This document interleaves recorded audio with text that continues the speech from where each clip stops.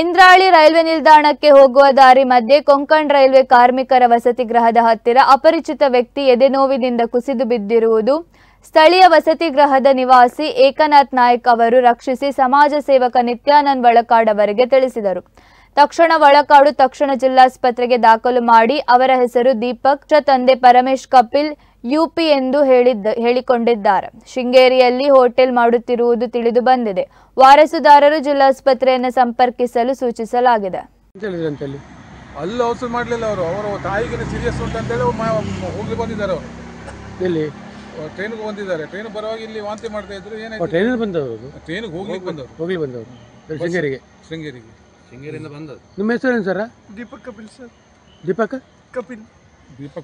ಕಪಿಲ್. ಏನಾಗ್ತದೆ ನಿಮ್ಗೆ ಈಗ? ಕೂಗ್ಬೇಡಿ ಕರ್ಕೊಂಡು ಹೋಗು ಆಯ್ತಾ. ಸರ್ಕಾರಿ ನೀವು ಸರ್ಕಾರಿ ಆಸ್ಪತ್ರೆಗೆ ಹಾಕ್ತೇನೆ, ನೀವು ಮತ್ತೆ ನೋಡಿ ಆಯ್ತಾ. ಸ್ವಲ್ಪ ತೋರಿಸಿ ಅವ್ರಿಗೆ ನೀವು ಹೋಗ್ಬೇಡಿ. ಅವರು ಹೇಳಿದೆ ನಾನು ಅವರಿಗೆ. ಆಯ್ತಾಯ್ತು. ಪರೀಕ್ಷೆ ಬರಲಿಕ್ಕೆ 150 ರೂಪಾಯಿ ಕೊಟ್ಟಿದ್ದೇನೆ ಅವರಿಗೆ. ಇಲ್ಲಿ ಇದ್ಕೊಳ್ಳಿ, ಹೀಗೆ ಇಟ್ಕೊಳ್ಳಿ. ನೀವು ಬ್ಯಾಗ್ ತೆಗೀರಿ, ಕೊಡಿ ಬ್ಯಾಗ್ ಬಿಡಿ. ಕೈ ಬಿಡಿ. ಹತ್ಕೊಳ್ಳಿ ಸ್ವಲ್ಪ ಮೇಲತ್ತಿ. ಅಲ್ಲಿ ಹೇಳ್ತೀನಿ ನಿಮ್ಮ ಬ್ಯಾಗು. ನೀವು ಕೂಗಬೇಡಿ, ಕೂಗಿದ್ರೆ ಏನು ಮಾಡ್ಲಿಕ್ಕೆ ಆಗ್ತದೆ? ನಾವು ಇಷ್ಟೇ ಮಾಡಬಹುದು, ಬಿಟ್ಟು ಮತ್ತೇನು ಮಾಡ್ಲಿಕ್ಕೆ ಆಗ್ತದೆ ಇಲ್ಲಿ?